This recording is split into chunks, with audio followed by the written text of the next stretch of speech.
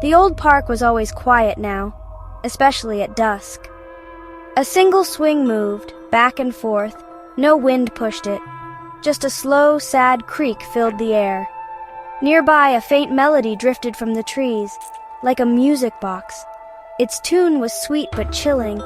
It spoke of something lost, something wanting to be remembered. The notes hung heavy. They clung to the falling darkness. This place held a memory, a dark one. Most people hurried past the rusted gates. They told their children not to play near the old oak tree, but the music box tune did not care. It played on, a soft tinkling sound. It was a lullaby for no one. Or maybe it was a warning, a reminder that some things don't stay buried. Some things wait, patiently, for their time to come again. The air grew colder. The sun dipped below the horizon. Long shadows stretched like grasping fingers. The music box played a little louder because everything else was so still. Even the birds had stopped singing. They knew, they sensed it. It happened on a hot summer day. Danny was small, smaller than the other 4 boys. He always wanted to play with them. Mark, Liam, Chris, and Jake. They were older, stronger. They thought Danny was a nuisance. He had a little music box. He carried it everywhere. He'd play its tune. A happy tune then. It was his treasure, his only comfort. That day, they were near the old woods, beyond the park. They told Danny they had a new game, a secret game. He was excited. He trusted them. They led him deep into the trees, to a place where the sunlight struggled to reach. They started digging. They said it was a fort, a special hideout. Danny watched, his eyes wide with anticipation. He didn't understand. Not until they grabbed him. Not until they pushed him into the shallow hole. He was so scared. He pleaded with them. He cried. He promised he wouldn't tell. But they didn't listen. Their faces were hard, cruel. They threw the loose earth back into the hole, handful by handful. 1 year later, to the day, the 4 boys were men now, or thought they were.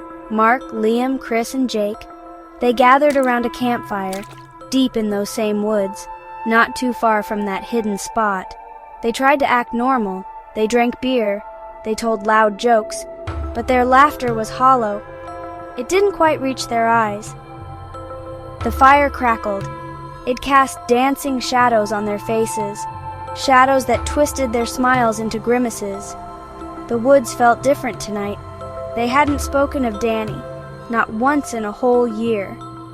But he was there, in the silence between their words, in the way Jake kept looking over his shoulder, into the deep darkness beyond the firelight. Remember when we used to camp out here all the time? No one answered right away. The memory was tainted, soured by what they had done. Jake couldn't shake the feeling of being watched. The faint music box tune seemed to come and go. Teasing him? Was it real? Or was his mind playing tricks? He remembered Danny's small, trusting face, the way his eyes had widened in terror. The memory was a shard of glass in his gut. He took another long drink of beer. It didn't help. The woods seemed to press in on them, the trees like silent, accusing figures, their branches like skeletal fingers. He kept hearing little noises, a twig snapping, leaves rustling when there was no breeze. He told himself it was just animals, squirrels, raccoons. But the sounds felt deliberate, purposeful. He thought he saw movement, just at the edge of the firelight, a small shadow, darting, gone before he could be sure. "I need to take a leak," he announced, trying to sound casual. He needed to get away from the fire, away from their forced cheerfulness. He needed to think, or maybe he just needed to run. As he walked away from the campfire, the music box tune grew clearer. It was definitely real. soft, melancholy, coming from deeper in the woods. Jake forced himself to move. He stumbled back towards the campfire, or where he thought the campfire was. The woods were a confusing maze in the dark. The music box tune followed him, a playful, deadly escort. He could hear his own ragged breathing, the thumping of his heart. Then another sound, a twig snapping, close behind him, too close. "Who's there?" "Who is it?" he yelled, his voice cracked. Only the music box answered, its tune unwavering, mocking. He started to run, blindly, tripping over roots, branches clawing at his face and clothes. He could feel a presence behind him, cold, relentless. He didn't dare look back. He knew what he would see, or rather, who. No, this can't be happening. A small figure, covered in dirt, with eyes that held no forgiveness, only a chilling emptiness and a hunger for revenge. The air grew heavy, thick, like grave dirt. He could almost taste it, the metallic tang of fear, and something else, something rotten. Suddenly he tripped, hard. He fell to his knees. His flashlight clattered away, extinguishing itself against a rock. He was plunged into almost total darkness. Only slivers of moonlight pierced the dense canopy.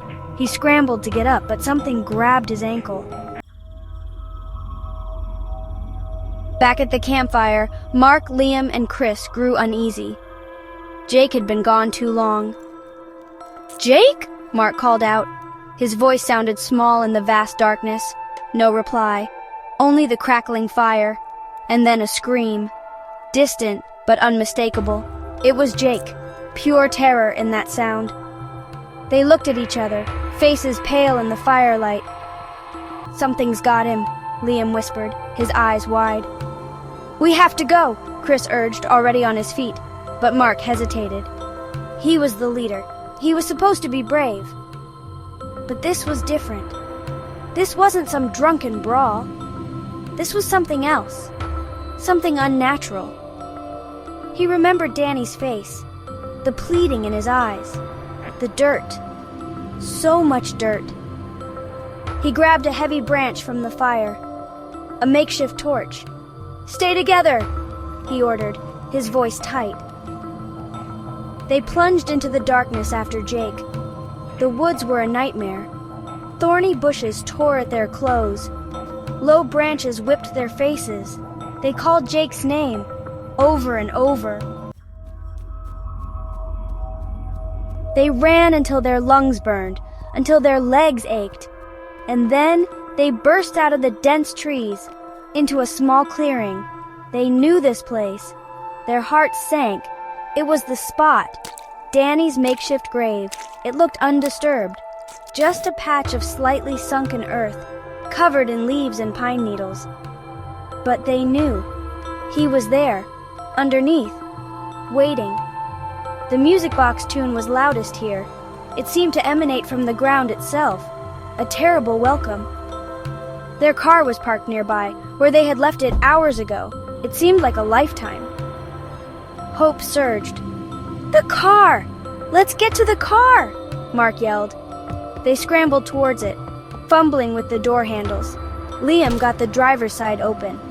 Chris and Mark piled into the passenger seats. Liam jammed the key into the ignition, praying it would start. The engine coughed, sputtered, then roared to life. A small moment of relief, but it was short-lived. Suddenly, dirt began to pour into the car, through the air vents, through tiny cracks around the windows and doors. It started as a trickle, then a stream, then a flood. Dry, choking earth. It smelled of the grave, of decay, of Danny. The music box tune was still playing, but it was muffled now by the rising tide of soil. They coughed, they choked, they clawed at the windows, but the dirt kept coming, relentlessly, filling every space. Liam thrashed in the driver's seat, trying to breathe, trying to see. But the dirt was in his eyes, his mouth, his lungs. Chris was screaming. a choked, gurgling sound. He clawed at his own throat. Mark pounded on the roof, but his fist just met more dirt, piling up, pressing down. They were being buried, just like Danny.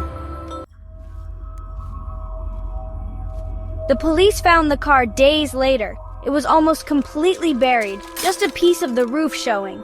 They had to dig it out. It took hours. When they finally opened the doors, the stench was overwhelming.